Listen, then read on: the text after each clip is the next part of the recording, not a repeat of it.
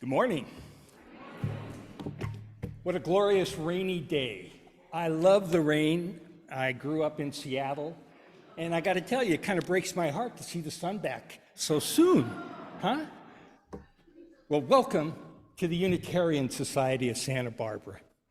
We're a liberal religious community committed to supporting you individually, supporting each of you in your own individual search for truth and meaning in your life. Together, we strive to live our lives with integrity, to nurture and embrace the wonder all around us, and inspire the action needed to make this world a better place. Whether you come here seeking hope and inspiration, strength or connection, we're glad you came, and we're glad that you've joined us online if you're not here in the sanctuary this morning as well. And I gotta say that I want to particularly welcome so many visitors this morning. It's wonderful to see the new faces and to have you join in what I've always held is a very wonderful 1-hour Sabbath that we take every week to contemplate how we want to live our lives in the week ahead. If you are a new visitor, we invite you to stop by the welcome table. It's just outside. In fact, we may have set it up in the hall because we thought it was going to rain. And check out some information about us and let us know a little more about you. And that way we can also let you know all of the different things that are going on here and are coming up that we would invite you to take part in. And this goes for people who are joining us online as well. Let us know who you are. In the chat box, give us a little information about you and some way that we can contact you and also invite you into our world. We do invite you, for many of you who haven't been here before, after the service, we gather in the courtyard or in the hall, have coffee on us, conversation, and just have a little time for us to be together. I don't know about you, but I've never been much for online services, and I know that it works great for many people, and I applaud you for coming and joining us that way. But boy, there is nothing that compares to the human contact, particularly when we make ourselves vulnerable, just in this one moment. Ours is a ministry in which we all share in the leadership in various ways. And one of those ways is to create and lead the Sunday services when our minister's not here. My name is Ken Ralph. I'm a member of our worship arts team, and it's my privilege this morning to introduce you to a very special speaker. His name is Jai Das. This is Jai right here. He's a devout student of the Toltec Path to Freedom, which I'm sure he'll probably tell you a little bit about. He has a master's in clinical psychology with expertise in Hakomi body-mind psychology and attachment-focused EMDR. But beyond all that, he's a very deep and soulful teacher who has helped guide my own personal journey of self-discovery. And I am so excited to bring him here for you.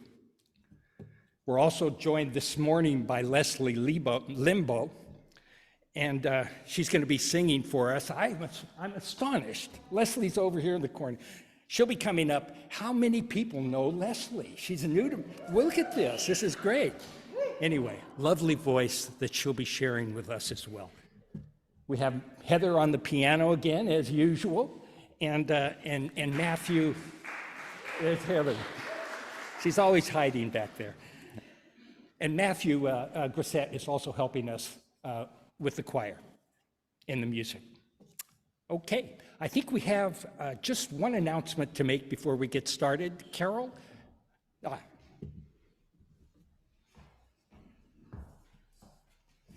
Thanks, Ken. I just wanted to announce that we have added another connection circle.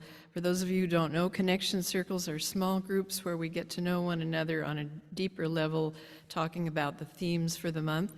And if you want to know more, I'll be at the table in the garden. But we've added a connection circle that will happen on Sundays right after the coffee hour. And it has childcare, so if you have children with you, you can take them to childcare, I guess in the Star King area probably. And because of that, we've extended the sign-up deadline for a week. So it'll be next week will be the deadline. Next Sunday will be the deadline for signing up. So you can come sign up in Parish Hall today with me or online.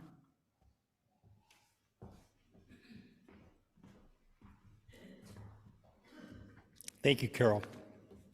By the way, my wife and I have done connection circles for many years, and I highly recommend it as a way to get to know the people. I mean, we're a big group of people here with lots of new visitors.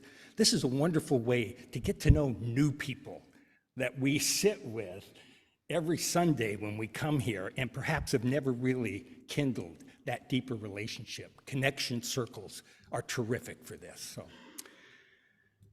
all right. Now, I invite you to settle in. Settle into these uncomfortable pews. Get as comfortable as you can get. If you're joining us from home, you might be lying in your bed on a rainy day. Get comfortable on your couch. Take a breath. And let the sound of our bowl gong connect us as we let go of the world outside for this 1 hour and allow ourselves to be transformed, inspired, or perhaps simply nurtured.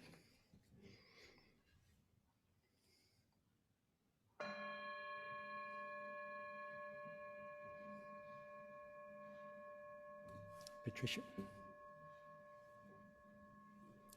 Our chalice lighting words are from our lead minister, Julia Hamilton. And for those of you watching at home, you can simply type chalice lit in your chat box when you've lit your own little chalice in your house, okay? So here are the words.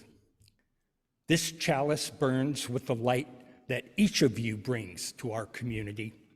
It illuminates a world that is brighter and more beautiful because you are in it.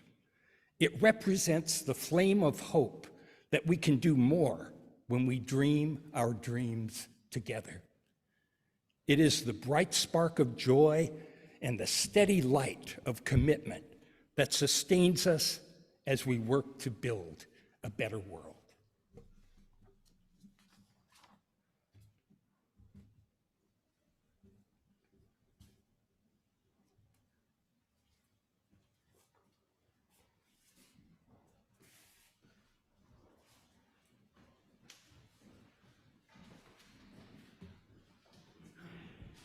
Please rise in body and spirit for us to sing When Our Heart is in a Holy Place, hymn 1008. The lyrics will be on the screen.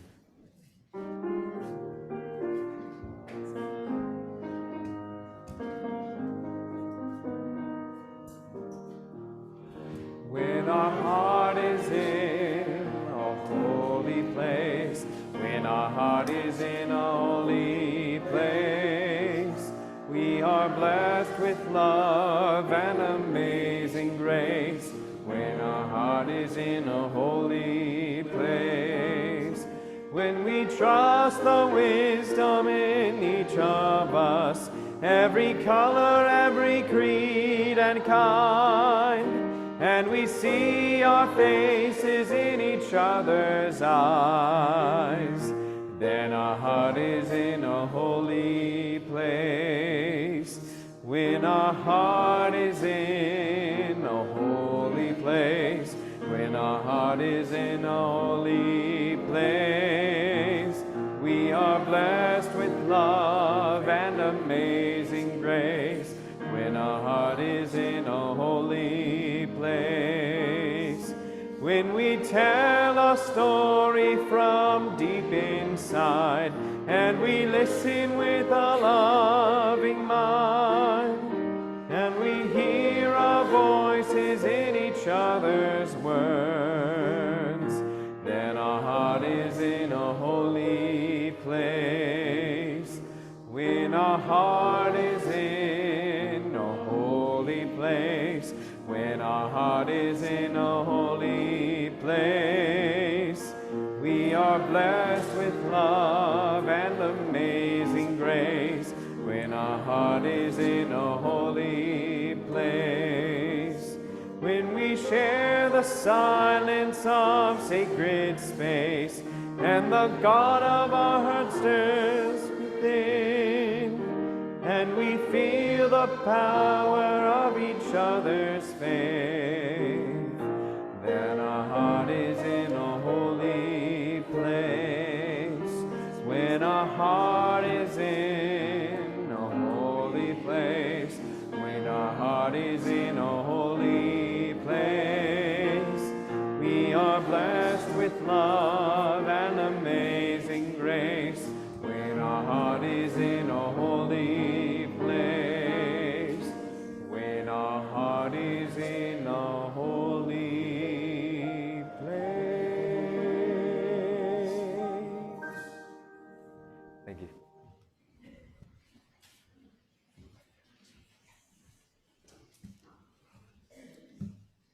All right, Jai's got a great story for us, and as well as some other words. Jai, do you want to invite the kids up now or in a couple minutes? Bring up the kids. All right. I'm going to say a few things, but if the kids come up now, that's great. Okay, so young, old, come on up, and you can join us for a story this morning. Who would like to join us? All ages. Great. Thank you, Lisa. So sweet. Should I just cut to the chase and go to the story? Sure. Yeah. But I miss a whole pile of things. Let's just wait for this to come up.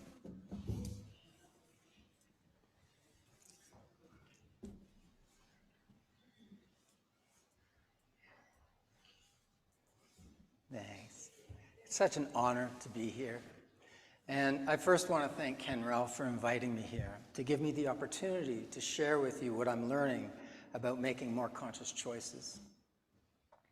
I'm going to try not to read from this, but I can feel the nervousness coming up inside of me. Not only do I want to share with you what I'm learning about conscious choices, but I also want to give you an experience so that you can start making more conscious choices right away. And this is a technique that I want to introduce you to, a technique that I've used with many clients that pays huge dividends in terms of making conscious choices. Now, as a longtime therapist, and a seeker and a meditator, I have been studying the mind for years. And I understand that my mind produces a heck of a lot of thoughts. And those thoughts also come into a lot of feelings. And those feelings end up generating a lot of body sensations. And there's feedback loops that go between the thoughts, the feelings, and the body sensations. And I don't know if you're like me, I have spent a lot of time at night, sleepless, going through thoughts, feelings, and sensations, trying to make a decision or create a choice for myself, which is exhausting. Right? Can anybody relate to that? Yeah, okay, right. So we all do the same stuff, right? So what I'm learning is that rather than in efforting and trying all the time to make the right choice, I propose that we stand back. We go into a state of being where we can feel and where we can sense what our mind is up to, what our feelings are doing, and what our body is up to. Information is power, and our thoughts, feelings, and sensations and our minds give us a lot of information. And if we are in a place where we can be benevolent and be with this information, I believe we can make more conscious choices. So this is where I'm going to have to look at my notes. Okay, so in studying the mind in this way, I realized that the mind does this. And so I don't know about you, but my mind has gotten me in a lot of trouble, especially in the past. Not so much now, but in the past. So I have worked, like probably many of you have worked diligently to cultivate what we call a witness, a part of ourselves that can observe these thoughts, feelings, and sensations. But the thing that fascinates me the most is who's watching the witness? What's the part of us that is able to stand back and wonder about the whole of our system, which I call the higher self, which is also known as the soul, the spirit, the essence of who we are. And a number of years ago, did I just put these on my head? A number of years ago, I had an experience, and this was the most profound experience of my entire life. As you can tell, it still gets me. And what happened is I entered into a state of being where I believe I inhabited the full conscious presence of my higher self. It was profound. And in that, it was devoid of thoughts, of feelings, and of sensations. I just was. It was the is. It was the I am. But within that I am, what occurred was a present awareness that was not a thought, not a faith, not an understanding, but an unequivocal knowing at the deepest part of me that deepest part and that essence is love. And since then, I have endeavored to operate in my life and live my life from this essence of higher self or from love. And I'm going to tell you what, it is not easy. It is really not easy, because this thing up here, this brain, this is a piece of software that gets very conditioned in certain ways, that doesn't want to let go of control. And so sometimes it's hard to live from this place. So what I want to share with you today is a technique that I believe, well, I don't believe, I know, that is a roadmap and a pathway to inhabit this higher self state so that we can make more conscious choices. Now, I want to tell you a story about a man who did not make some conscious choices and what happened. And this is the story of the greatest warrior in the world. Now, our main character, and we're going to call him Arnie, and what I want you to do is I want you to think of Arnold Schwarzenegger in his heyday. Now, I can't really do that, but I want you to think Arnold Schwarzenegger, this big giant of a man. And this story happens in the days of old, when basically you could go beat people up or kill people, and as long as you did it with respect and honor, it was kind of okay, right? And some of the people in the audience may have heard this story before. So Arnie, our main character, would go from town to town, village to village, basically beating people up and occasionally killing somebody to prove that he was the greatest warrior in the world. And through his travels, he kept hearing about this guy in a cave, and everybody was calling him the greatest warrior in the world. So he tracked him down, and he went up to the mouth of the cave, and he yelled into the cave. He said, "Hey, you in the cave, everybody is calling you, the greatest warrior in the world, now get out here. I am going to prove to you that I am the greatest warrior in the world. He yells in again, and again, and there's silence. And finally, at the back of the cave comes a voice. And the voice says, okay, I'll fight you, but you're not ready. And this is going to be the fight of your life. And I always like a fair fight. So, if you want to fight me, you have to go into the forest for 3 months. I want you to train as much as you can, and I want you to prepare yourself for this fight. And Arnie's like, what? What am I going to do that for? I just get out here. I'm going to do you now. Guy says, no. Forest, 3 months. When you come back, if you're ready, I'll fight you. So Arnie takes off to the forest, and he's angry. So he's a big guy, and what he's doing is he's training day in and day out, punching trees, and he's doing push-ups and pull-ups and sit-ups and running. And when he's not doing training, he's stalking food and little food. Like he's just catching squirrels and rabbits, and he found a brook, so he's throwing rocks at fish. And he's spending all his time stalking and catching food or training. And at the end of the 3 months, he goes up to the mouth of the cave, and he's so irate.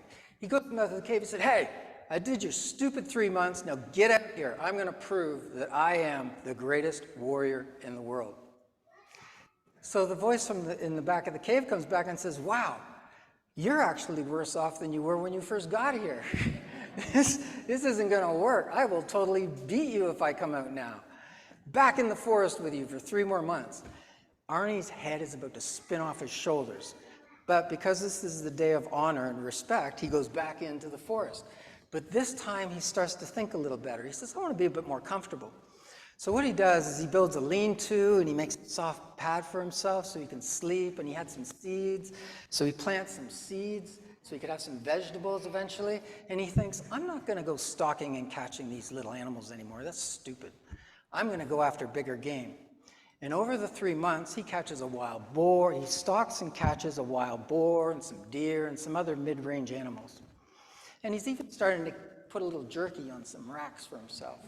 But he's still spending all his time training or stalking and catching food.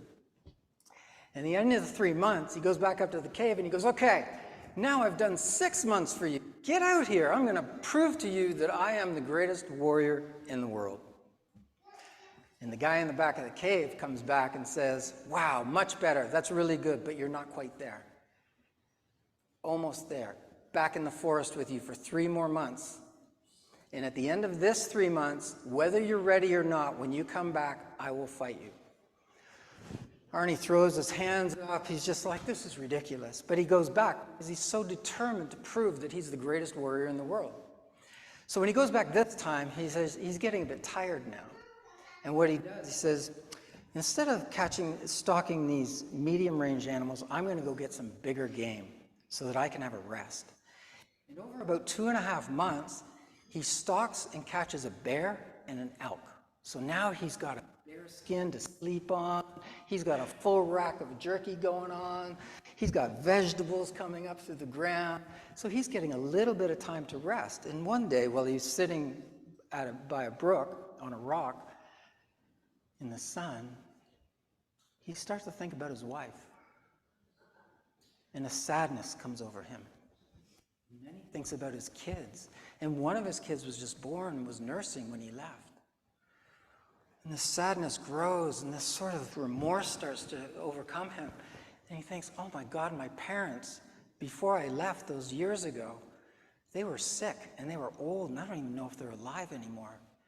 And he just goes into this world of shame and guilt and remorse that he's totally neglected his whole family in order to prove that he's the greatest warrior in the world. And then it dawns on him. He goes, oh, this is what the guy in the cave wanted me to get. I can't believe it. How could I be so stupid? So he gets up and he runs up to the cave and he goes into the cave and he says, hey, I don't want to fight you. I know it's not 3 months, but I just want to come and thank you. And he yells into the cave, and he yells into the cave again and again. Silence. Finally, he walks into the cave. It's empty. So he goes down to the village, the local village, and he goes up to a young man, and he says, young man, he said, where's the guy in the cave? And the young man turns to him with tears in his eyes. And he goes, didn't you know? I don't know what. He died 3 weeks ago. And we in the village are devastated. He was the kindest, most beautiful man we have ever met. He's helped everybody in the village. He was our saint in a way. And then the young man looks at him and he goes, hey, aren't you the guy in the forest? He goes, yeah. He goes, oh, I'm so sorry you didn't know because you're in the forest. He said, you know, all of us in the village and from other villages all come here to go sit in the forest to be with ourselves so that we can learn about ourselves and we can stay on track with our lives. We just thought you were another guy. And in hearing this, Arnie is just devastated. Now he realizes that he's disrespected one of the kindest, most beautiful men to these people in this village. And so he's just crying, and the young man puts his arm around him. And he said, hey, mister, one of the things the guy in the cave told us is that we all go off track. We all lose our way. But as soon as we learn and we recognize that we have gone off track, we're actually on track. And if we go through the process of beating ourselves up and really being mean to ourselves, then we have to climb out of the shame and the guilt and the disgrace, and then we have to get back on track. He said the guy in the cave told us not to do that. Always just recognize it, know you're on track, and then move forward towards what you love. So you attend to what you intend. And he helps the young man helps Arnie up. He said, I don't know what you have to do, sir, but go do it, and do it with love and honor. And Arnie makes the long walk home to go be with his family again.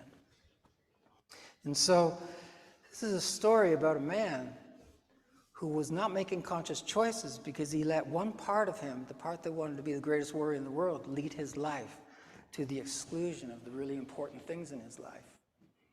Yeah? That's my story. I don't know what we're supposed to do after that.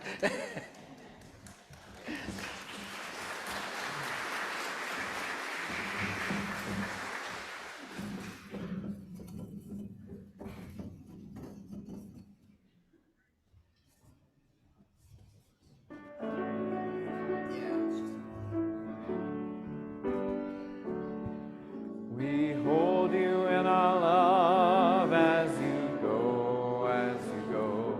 May your heart be at peace as you go. To nurture the spark of your precious life. We hold you in our love as you go.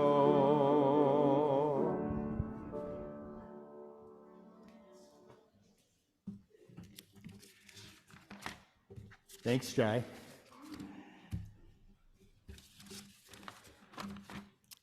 For reading this morning from the book Undefended Love.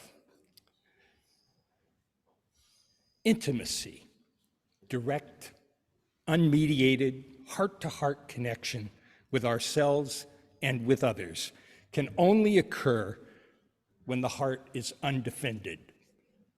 To cut through our personal differences, to reach the unveiled parts of ourselves, that is deep enough to express the most profound and untamed aspects of our being, means learning how to love and be loved without defenses, without obstructions.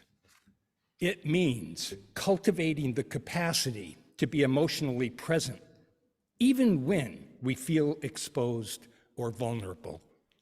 It means learning to relinquish the many strategies we've employed to feel safe and in control. And it means finding the courage to love without guarantees, without requirements. By developing the capacity for intimacy in this way, we discover love as an abiding presence in the emotional center of our being, our heart. And we can never again feel emotionally disconnected, incomplete, or unloved.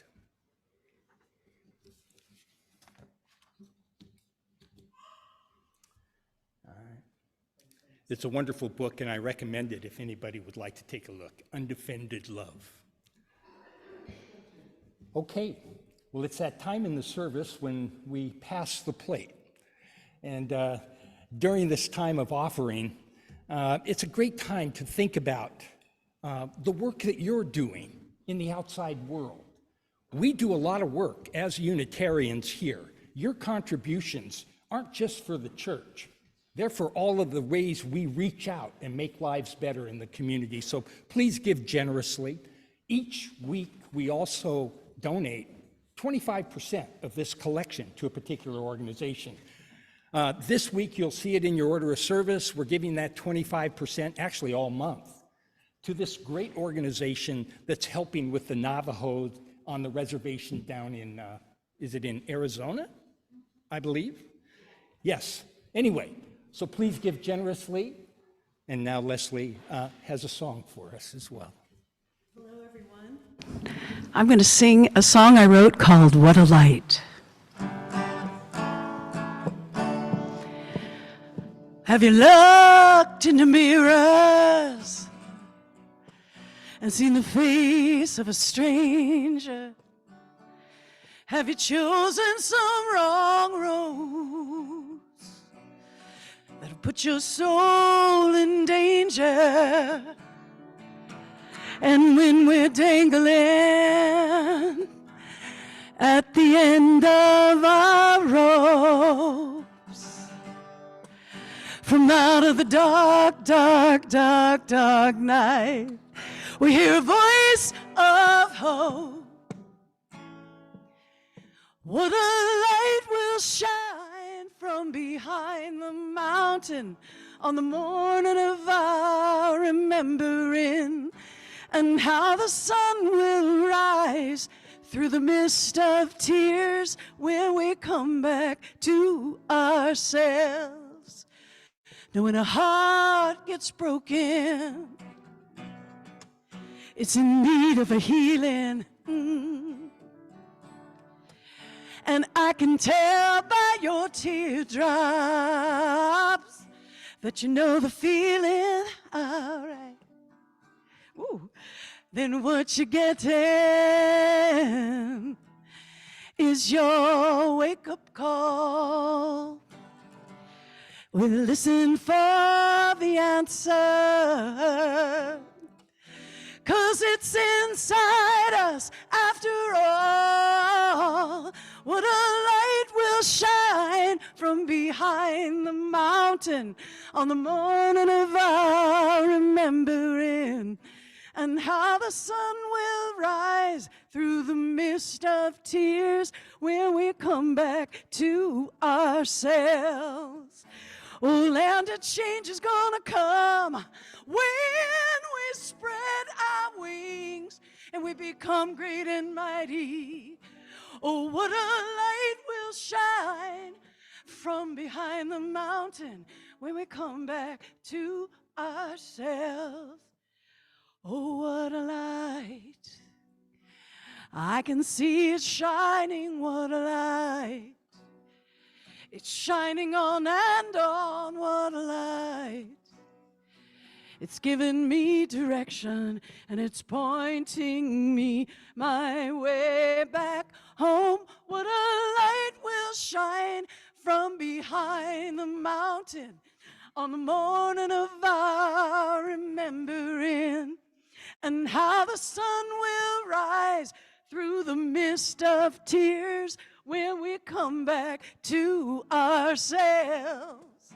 Oh, land of change is gonna come when we spread our wings and become great and mighty.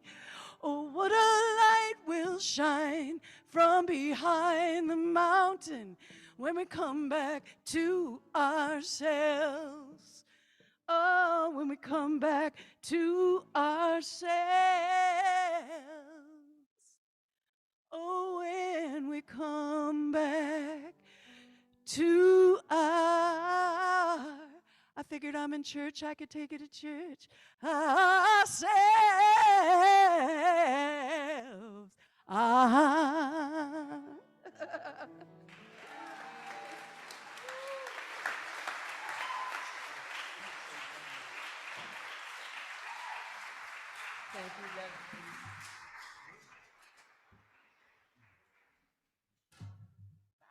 Before Jai continues, I got to back up one step. I made a mistake. I left out my favorite part of every service.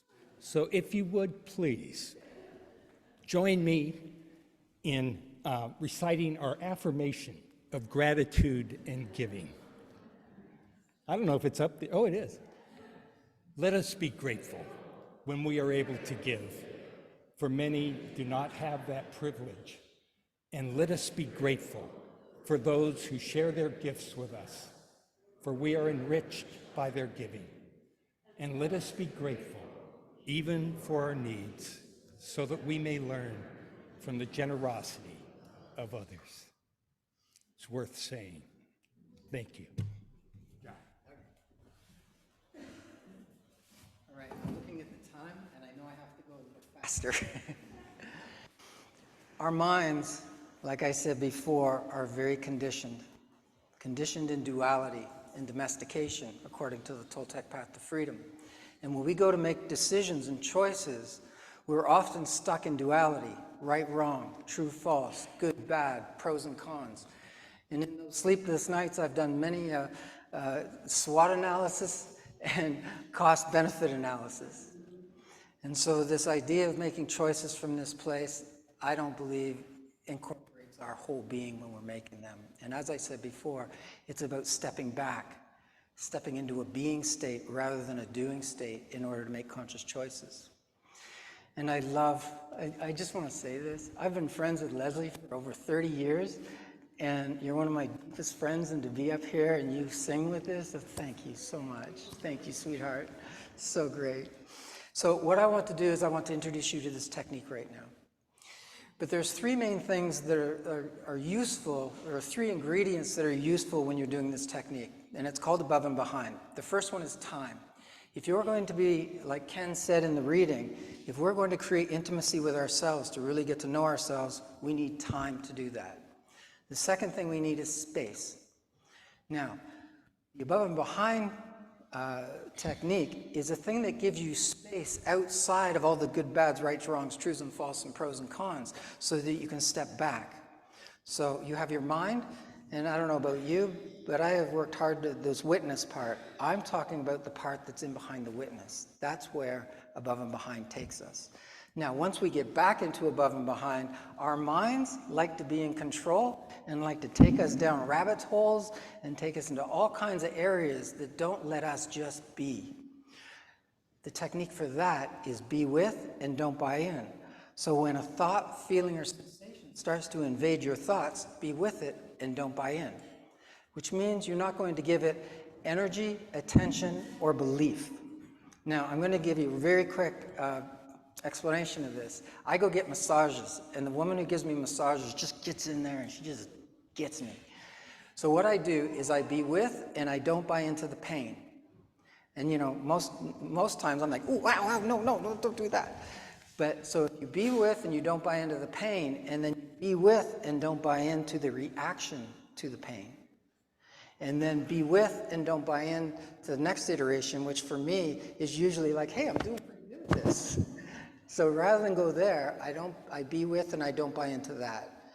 And my mind will come up with other ways to try and distract me away from what I'm up to.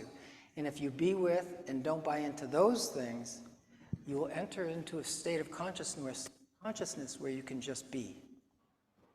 And the last thing is that the idea that our mind is made up of many different parts.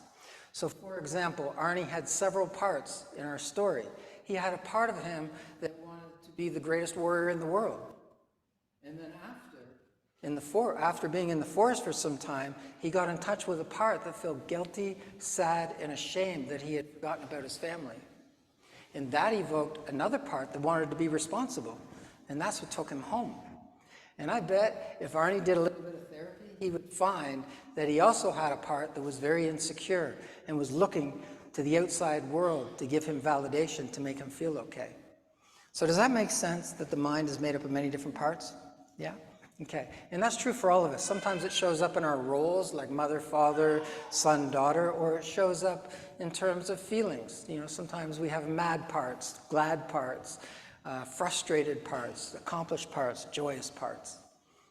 But the idea behind above and behind is to be with and not by in, to give you the space so that you can observe what your system does when you're making a choice.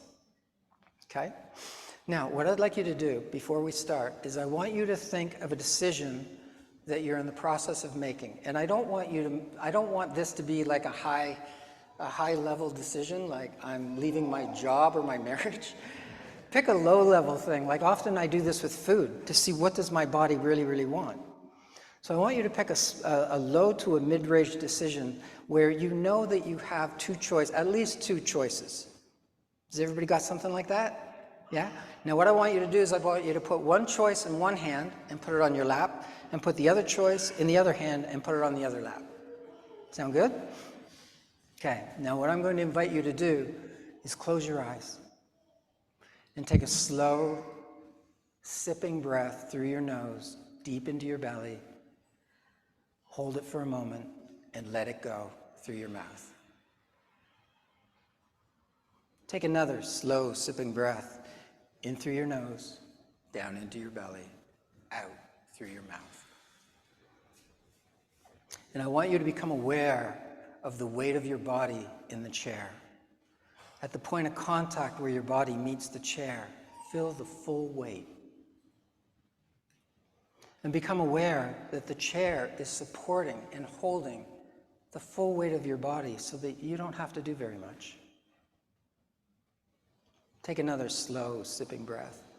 In through the nose, out through the mouth. Now I want you to imagine that you have one eye. I know that you have two, but I want you to imagine that you have one. And if that one eye were open, it would see me, it would see all the other people in the congregation, and all the many things in the church. So the one eye is meant to see the many things in the outside world.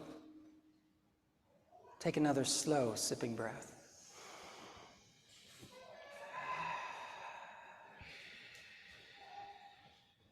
Now, I'm going to invite you to take a step into your one mind with your awareness.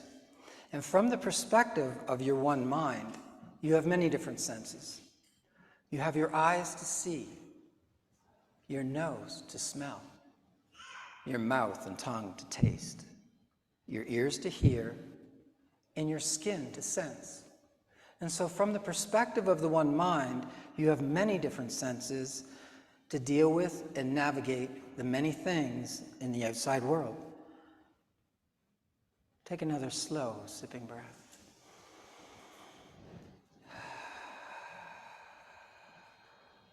Now, I'm going to invite you to take one more step with your awareness. This time, I'm going to invite you to take your awareness 1 foot above your head and 1 foot behind your head. It's almost as if you're going to step out of your body with your awareness and stand on a box and look over top of your one mind. And when you look into the one mind, you see that it's made up of many different parts. Some of you are mothers, some fathers, some sons, some daughters. You may see a part in there that is a seeker, and that is probably the part that brought you here today. There's also parts that maybe feel peaceful right now. There might be a curious part, like, what's this guy talking about? There may even be a confused part. But from the perspective, from above and behind, when you look down on the one mind, you see that it's made up of many different parts. And depending on which part is most active, and maybe has even taken the wheel of your vehicle and is driving your life, it's going to use your many senses to deal with and navigate the many things in the outside world. Now, I'm going to invite you to take a few moments in this above and behind perspective, and I want you to just notice how you feel. Notice what happens in your feeling body. Notice what happens in your physical body. Notice what happens with your thoughts. And if you notice that you're having a strong thought, feeling, or sensation that's trying to take your awareness and grab your attention, I invite you to take that thought, feeling, or sensation, or even confusion, put it into the mind, acknowledge that it's there, and then return to above and behind. And if it persists, be with it and don't buy into it. Now, from this above and behind perspective, I'd like you to consider, and I don't mean think about or figure out, I want you to consider the choice that is in your left hand. And I want you to stay in above and behind. And just consider that choice. And notice what happens in your physical body. Sometimes there's tension. Sometimes there's ease and flow. You might feel hot. You might feel cold. Whatever it is, just notice what happens to your body when you consider your first choice. And then go to your feeling state. Notice what your feelings are doing around this choice. Do you get excited? Do you get scared? Is there frustration? Just notice. And then turn your attention from above and behind to your mind. And not what thoughts are you having, but what kind of thoughts are you having?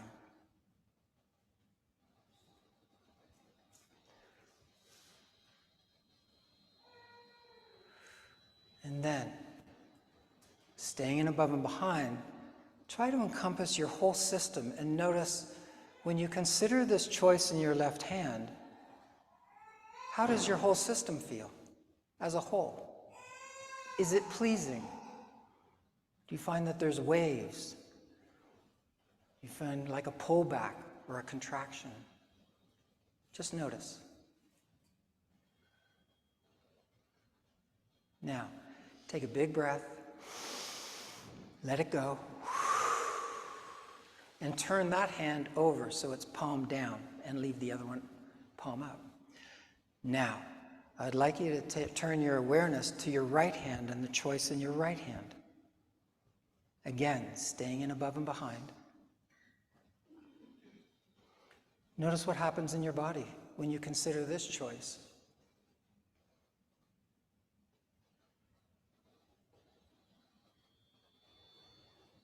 Then notice what happens in your feelings.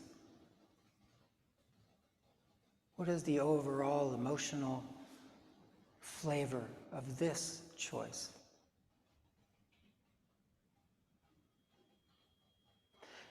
And then turn the awareness to the thoughts. And again, what kind of thoughts? Not what the actual thoughts are, but what kind of thoughts are they? Are they fearful thoughts? Are they excited thoughts? Are they anticipatory thoughts?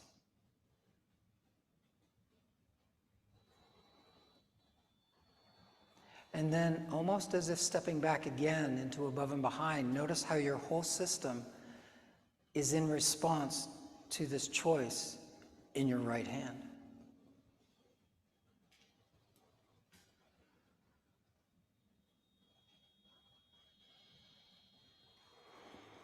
And just make a mental note of this. Now, what I want you to do is take your left hand and open it palm up again.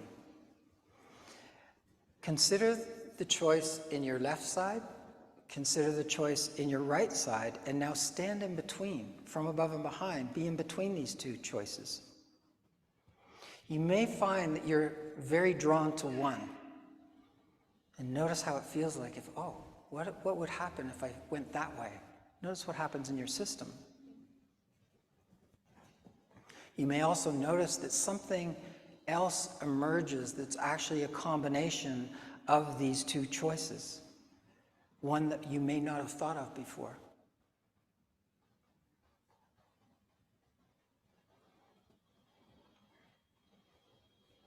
Okay.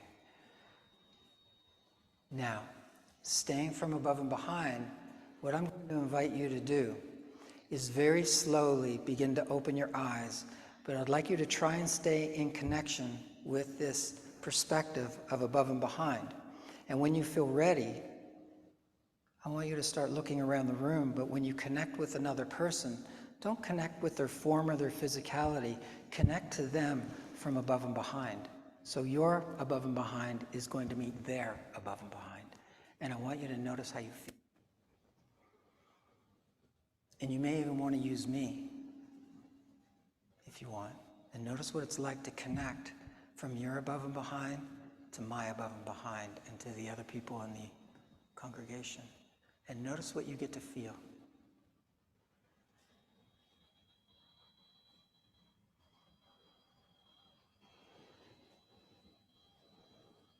Okay, now allow yourself to come back in the room. Big, slow, deep breath in through your nose. Let it go through your mouth and let it all go. Would anybody like to just do a quick share about what their experience was? Did that seem to work for you? Yeah? Wonderful. Okay. One of the great things that I have seen that has happened by using this above and behind perspective technique is that it puts us in our, or close to our higher selves. And like what I learned in my experience, and it wasn't that I learned, it's that I came to know, is this place is a place of love. And it's like Leslie's song. It's remembering who we are. And that's really, in my belief system, that's who we all are. And if we all decide to emanate from this place, we could create a very different world. Yeah. I think I'm done. It's time.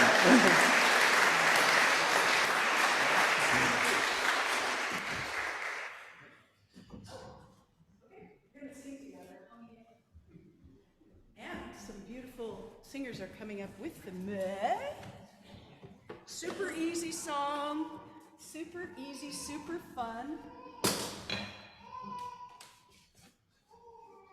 That was awesome.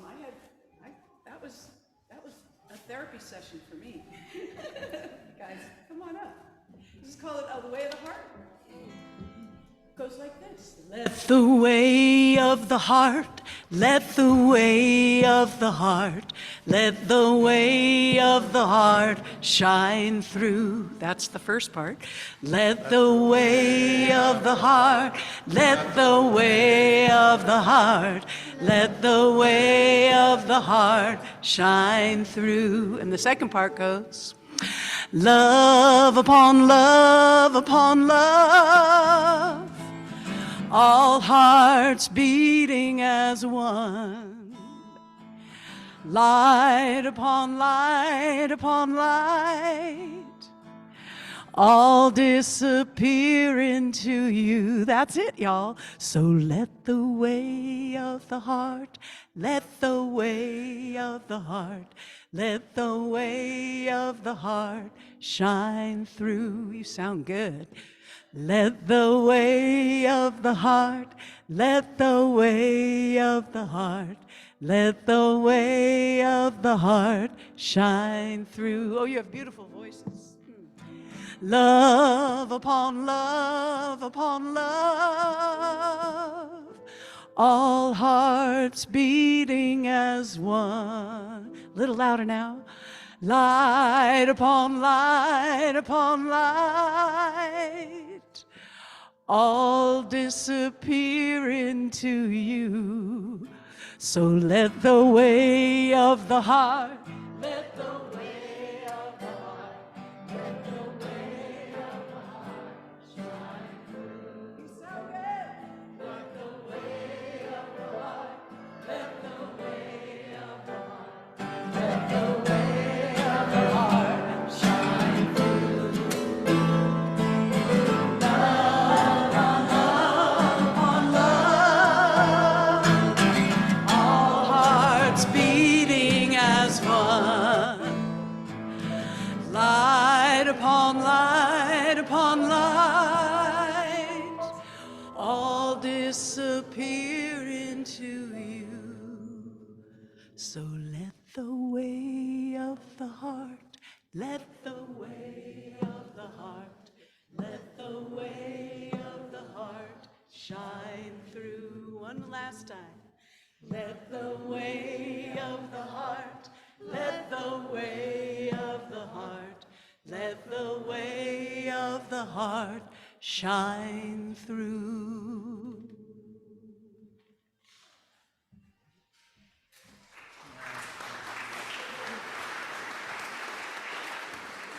You want to stand? No, you guys can stand. John?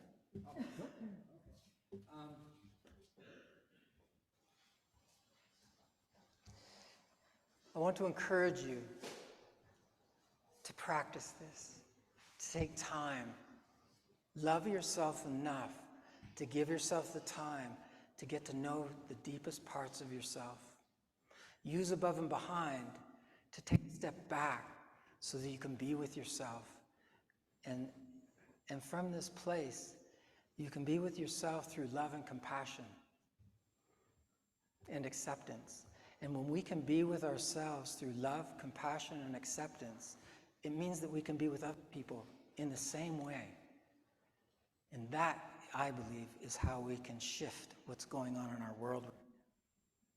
We are living in times that are crazy. There is war, there's COVID, there's all of these different things that pull, and they're all on our iPhones that we're addicted to. We are getting streamed all the time. When you allow yourself the time and the space to go into these practices, you can better not react, but you can respond.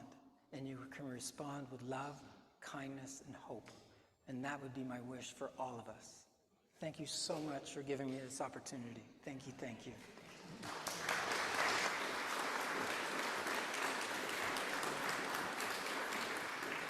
Patricia, can you help me? We want to be a little more intentional. I mean, since the minister's gone, we can do whatever we want. So we're going to extinguish this chalice that we light every time we gather with some intention to take this flame with us as we lead our lives in this next week, and let it help illuminate not only what Jai has shared, but just the importance of compassion in our lives. And I'll leave you with the blessing as she extinguishes this. May the sun bring you new energy every day. May the moon softly restore you each night. May the rain wash away all your worries, and may the wind blow new strength into your body. May you walk gently through the world and know its beauty all the days of your life. And if you would please stand as we sing our final blessing.